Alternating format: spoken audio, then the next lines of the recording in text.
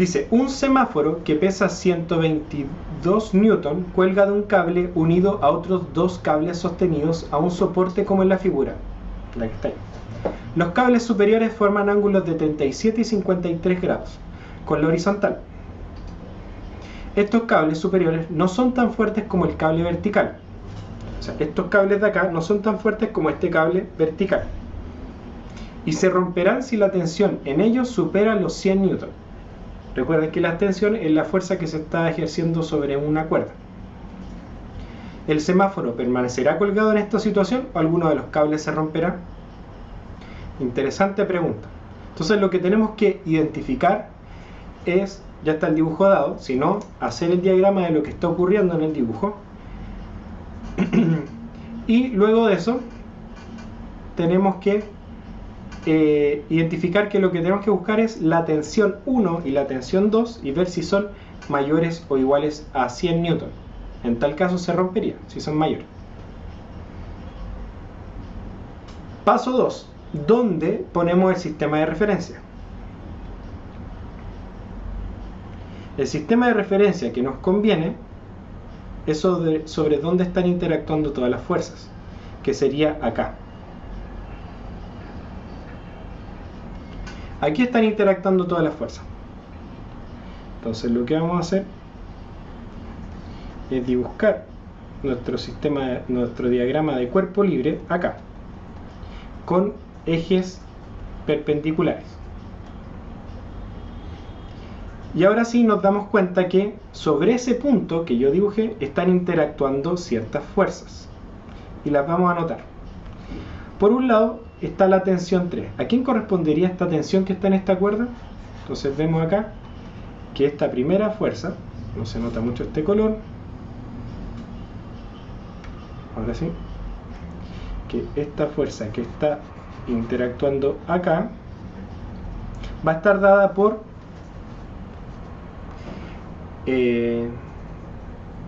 lo que está ejerciendo el peso la fuerza gravitacional del semáforo.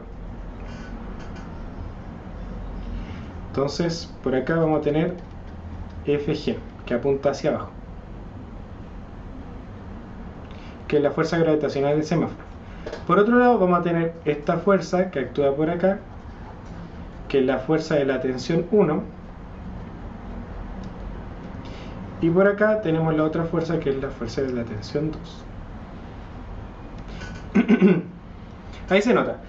Tenemos por un lado que el semáforo está tirando hacia abajo a la cuerda. Eso genera la tensión en la cuerda. Y por otro lado tenemos estas dos cuerdas que están sosteniendo al semáforo. Ahora tenemos que aplicar un poco de geometría. El eje, o sea, el techo que está acá, va a ser paralelo al eje cartesiano. Por lo tanto, este ángulo de 37 grados, ¿dónde se va a repetir? Acá abajo. Entonces se llaman ángulos alternos. Son ángulos alternos internos entre la paralela del techo y la paralela de este imaginario de sistema de referencia. ¿Cómo lo identifico yo? Donde se forman zetas. Y hago así, pum, pum, pum, y ahí se forman los ángulos. Aquí yo puedo armar una zeta, entonces este ángulo es igual a ese. Lo mismo ocurre acá, yo puedo hacer esta zeta, pum, pum, pum, entonces aquí en este ángulo hay 53 grados. Con eso ya puedo hacer el diagrama de fuerzas. Entonces vamos a ver. Primera cosa que tenemos que notar es que la sumatoria de fuerzas tiene que ser 0 porque se supone que esto está en reposo. Yo quiero que esto esté en reposo. Por lo tanto, ¿qué es lo que vamos a tener acá? Que la sumatoria, vamos a trabajar, segundo paso, trabajar por eje. Primero, digamos, la sumatoria de las fuerzas en X va a ser igual a ¿qué cosa? Tenemos que ver si están apuntando hacia el lado derecho o el lado izquierdo del sistema de referencia. El lado izquierdo va a ser negativo, el lado derecho positivo. Veamos, la primera es la componente de la tensión 2, que está acá. Entonces sería la magnitud de T2. ¿Por qué cosa? Por el seno o por el coseno. Este es en ángulo de 53 grados. Yo quiero esta componente, que es adyacente al ángulo. Por lo tanto es el coseno. Coseno de 53 grados. ¿Positivo o negativo? Positivo, porque va hacia la derecha. La otra componente es negativa, la de T1. ¿Por qué? Porque va hacia la izquierda.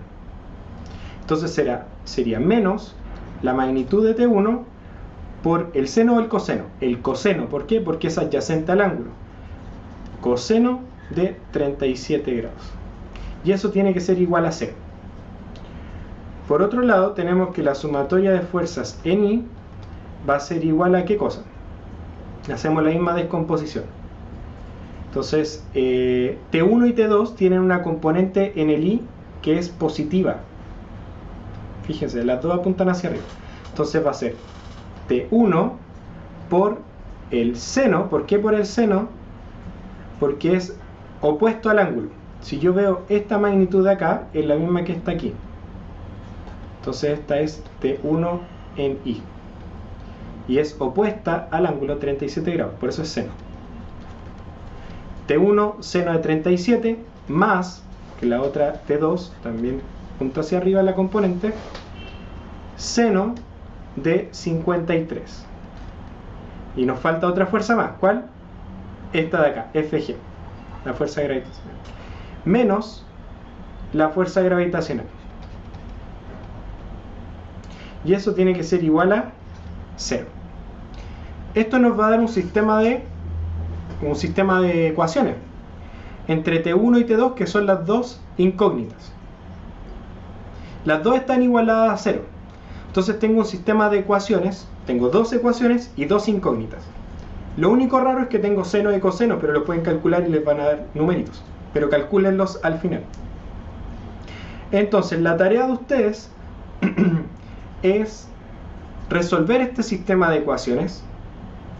Por ejemplo, pueden hacer sustitución. Despejan T1 de la primera ecuación, de la fuerza en X, despejan la magnitud de T1. Y luego de eso, reemplazan T1 en la segunda ecuación y les va a dar la componente, van a poder calcular T2. Y con eso van a poder, después que tienen T2, volver a calcular T1. Y con eso van a poder saber cuál es la magnitud de la tensión de T1 y T2. Y así saber si el semáforo se va a caer. Si la tensión es mayor que 100 Newton, entonces se va a caer.